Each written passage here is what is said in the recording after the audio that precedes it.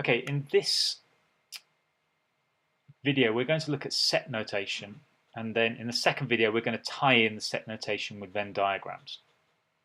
So first of all, some symbols that we use. So if you see a U, this is different from this one here, which is the union. The U means the universal set. So this is all the things that we're going to use.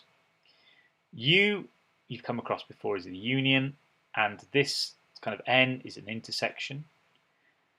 A dash means the complement or not in, and all those we've used before. This thing here looks like an E, and this means element. And if we have an E with a line through it, it means not an element. This looks like a big C is contained in. So this is when we have one set inside another set, we say it's contained in. And if there's a line underneath, it's not contained in. And these two things here are very rarely used. This one here is an O or a zero with a line through it, and that's called the null set, which is called the empty set. Now, let's look at an example to see how those are all used. So here is my universal set. So these are all the numbers that I'm using.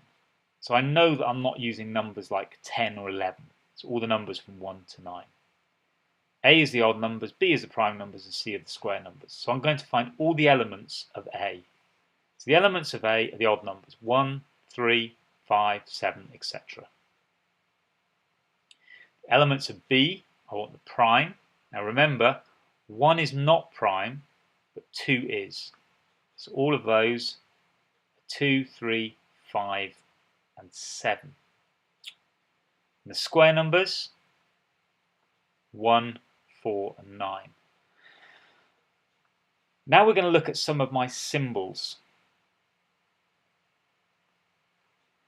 1 is an element of A. Well, is 1 an element, a part of A? Yes, it is. 1 is an odd number, so that one there is true.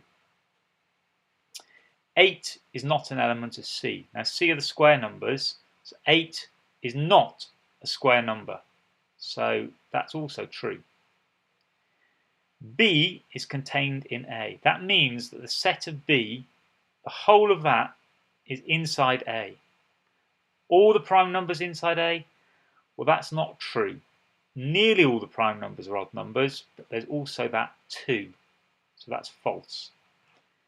Now B intersection C. Are there any numbers that are in B and at the same time part of C? Are there any prime numbers that are also square?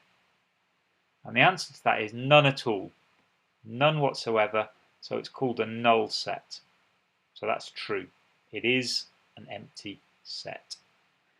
I hope that's just given you a very quick introduction to all the different set notation symbols that we use.